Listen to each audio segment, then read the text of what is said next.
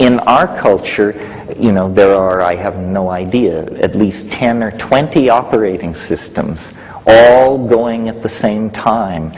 Some will run Mormonism, some will support Catholicism, others Kabbalah goes at the speed of light, others support quantum physics, some support econometrics, others support political correctness, and these things are mutually exclusive.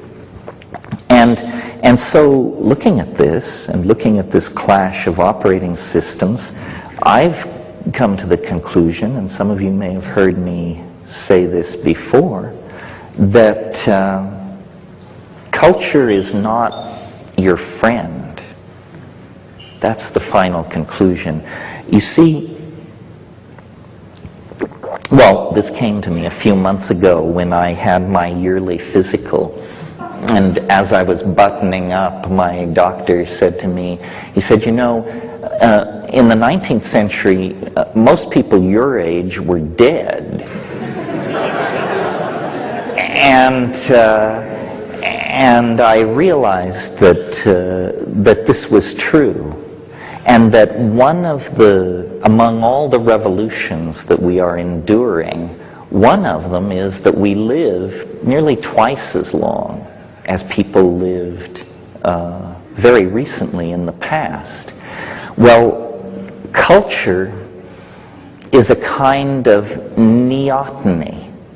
And I don't want to belabor that at great length, but for those of you who are not biologists, neoteny is the retention of juvenile characteristics into adulthood.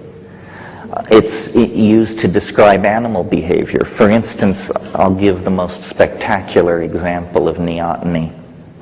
There is a kind of animal which lives in ponds in Africa, and it reproduces like a fish. It lays eggs on the bottom of these ponds. More fish-like animals come from these eggs, and so forth. However, if the pond dries up, the creature undergoes metamorphosis and becomes an animal somewhat like a gecko, and lays eggs, and from these eggs come creatures that are like geckos. In other words, this is an animal which actually achieves sexual maturity in two forms, depending on environmental stress. Spectacular example of neoteny. Turning to human beings, a less spectacular example, but relevant to us, is our general body hairlessness compared to other primates. We look like fetal apes. Human beings look like fetal apes. Why? What is neoteny? Well, this is hotly debated among evolutionary biologists. But the point I want to make is a socio-political comment, which is culture itself is some kind of neotenizing force. Because what culture provides is a bunch of rules, so you don't have to think, and a bunch of myths, so you don't have to think again. Culture has all the answers, You want to know where people came from? Well, when the sky god got out of his canoe at first waterfall and took a leak, then we, the true people, appeared like ants, and we've been living here ever since. Oh, gee, thanks. I'm glad I asked. This is what culture does for you.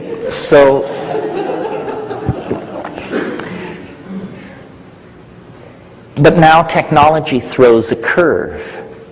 And the curve is that we live so long that we figure out what a scam this is.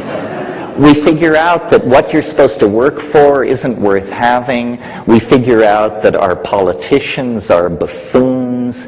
We figure out that professional scientists are reputation-building, grab-tailing weasels.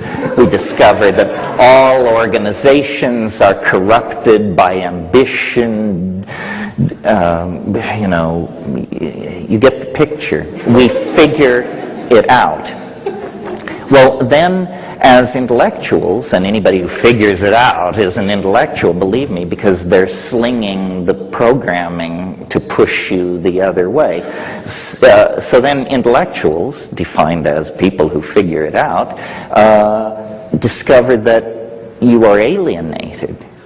That's what figuring it out means. It means you understand that the BMW, the Harvard degree, whatever it is, that this is all baloney and manipulated and hyped, and that mostly you have a bunch of clueless people who are figuring out which fork they should use. But this position is presented as alienation and therefore somehow tinged with the potential for pathology. You know, it's a bad thing to be alienated. Now let's speak for a moment, in order to fulfill the promise read in the introduction, about psychedelics. And what are they doing in this fine situation? Well, what they're doing is forcing this maturation process by dissolving boundaries, which is what they do. They are exposing the cultural operating system for what it is, which is just a bunch of hacked together rules that evolved over time. They weren't sent from God, from Mount Sinai.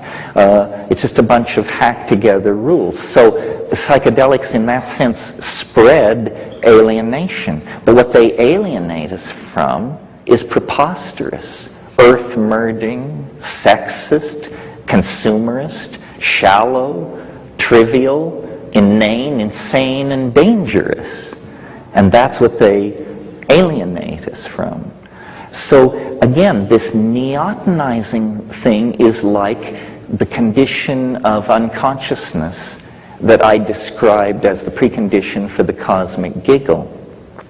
Glamour, acts of magical conjuration, hypnotic delusion and illusion, hysterias, fads, pseudo-revelations, strange truths whispered in every quarter. This is the character of our time. And people have seemed to believe that they were fulfilling their responsibilities intellectually. People seem to feel they are doing that when they reject the past. Say, well, you know, that was all screwed up, but since I got with Master Shuggie, I've understood, you know, the way it really is supposed to be.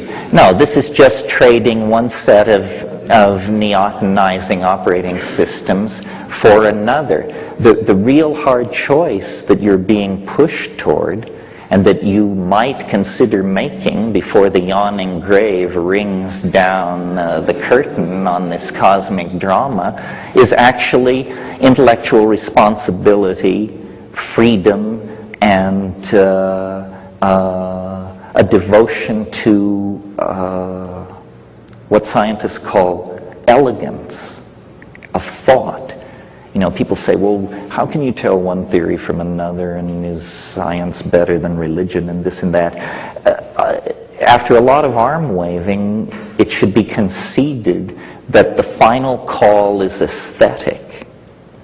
That because we are monkeys, because we are so far from God, we cannot set knowing the truth as the standard for choosing among the models we can produce. We must set our aesthetic compass towards the more true, what Wittgenstein called the true enough.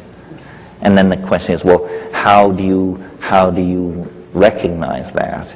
Well, this is a rich field of human study called philosophy of science, or theory, epistemology and ontology.